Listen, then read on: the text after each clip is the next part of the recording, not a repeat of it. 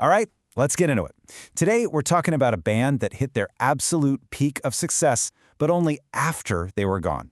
It's a wild story about a singular vision, total chaos, and a legacy that was ultimately sealed by tragedy. So here's the central question, the big paradox that hangs over the entire story of the Canadian metal band Woods of Ypres. How in the world does that even happen? Well, to figure it out, we've got to go all the way back to the beginning and meet the one guy who was there for the whole crazy ride. Because really, the story of Woods of Ypres is the story of its founder, David Gold. You have to understand, he was the band's only constant. He was its creative engine, and in the end, its tragic hero. Now, to really get this band, you gotta have a sense of their sound. They played in this pretty niche genre called blackened doom metal. So what is that? Well, just imagine the super slow, heavy, crushing feeling of doom metal, but then you fuse it with the raw, kind of harsh vibe of black metal. It's a really unique sound, and they absolutely made it their own. Okay, so let's rewind. It all kicks off in 2002 in Windsor, Ontario. The band starts out as a trio, and they get a demo out in their very first year. But things started changing and fast. After some early shuffles, David Gold moves from behind the drum kit to the front of the stage, taking over lead vocals and guitar. And that one move, it basically set the tone for his central role in, well, everything that came next. So this photo right here, it does a great job of capturing that early look, that early mood of the band.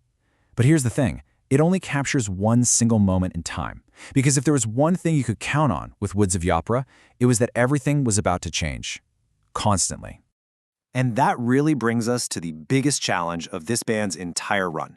See, if David Gold was the anchor, then absolutely everything happening around him was a total storm of instability. I want you to just think about this number for a second. Over a 9-year run, more than 20 different musicians were official members of Woods of Ypres. 20! That is just insane. That's more than 2 new members a year. It was a revolving door in the truest sense of the word. And in the middle of all that chaos with people coming and going constantly, how many members were there from the very beginning to the very end? Just one. David Gold. He was the only person to play on every single one of their releases.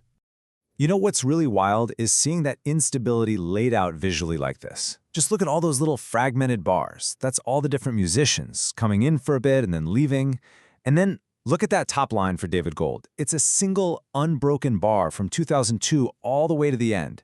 In a lot of ways, he wasn't just in the band, he was the band. A big reason for all this constant change was that the band was always moving. Gold moved the whole operation from Windsor to Toronto, and then later on to Sault Ste. Marie. And almost every time they moved, it meant a total lineup overhaul, as he had to find new local musicians to help bring his vision to life. You'd think that much chaos would just kill any kind of creativity, right? But for Woods of Ypres, it was kind of the opposite. With every new lineup, their sound would shift and evolve, but it was always being guided by Gold's direction. I mean, here's how dramatically their music changed. Their first big album in 2004 was described by critics as being almost like a metalized Pink Floyd. Think about that. But then just 3 years later, their next album was being praised for digging way deeper into their black metal roots. That is a massive change in a really short amount of time. And who was steering that ship through all those changes? David Gold, of course. His artistic vision was the one thing that never wavered. He was so dedicated to getting the music out there that he even started his own record labels, like Krankenhaus and Practical Art Records, just so he could release the band's albums on his own terms. So this brings us to the final chapter. It's a time of really intense creativity that would lead to their most celebrated album, but it's all shadowed by this awful tragedy that absolutely nobody saw coming. After all those years of constantly changing members, the band had been stripped down to its absolute core. Their 5th album, which they called Woods 5, Gray Skies and Electric Light, it wasn't recorded by some big 6-piece band. Nope, it was just 2 people, David Gold and his creative partner at the time, guitarist Jules Vallette. Man, this timeline is it's heartbreaking. In June of 2011, they play their last show ever. 2 months later, Gold and Vallette finished recording the album, and then on December 21st, David Gold was killed in a car accident. He was only 31 years old.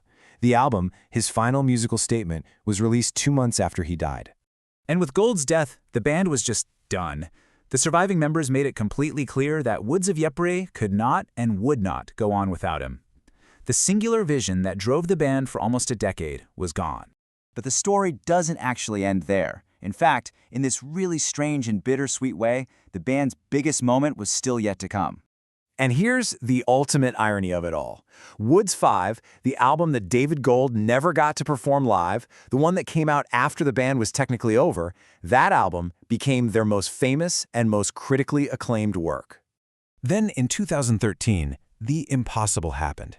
The band gets a posthumous nomination for a Juno Award, which is basically Canada's version of a Grammy, for Metal/Hard Music Album of the Year. And they won. It was the ultimate tragic triumph. The band's highest honor came more than a year after it had ended. The community, of course, rallied to honor Gold's legacy. People organized tribute shows, and one of them even acted as the official release party for the album he never lived to see. Old members got together to play his songs, and the final lineup actually went on to form a new project to continue their own musical journey. Which kind of leaves us with this one last thought. For Woods of Ypres, the journey was just this constant struggle and change, all driven by one man's relentless vision.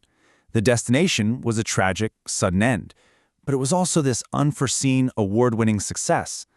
So it makes you wonder, which one really defines the legacy?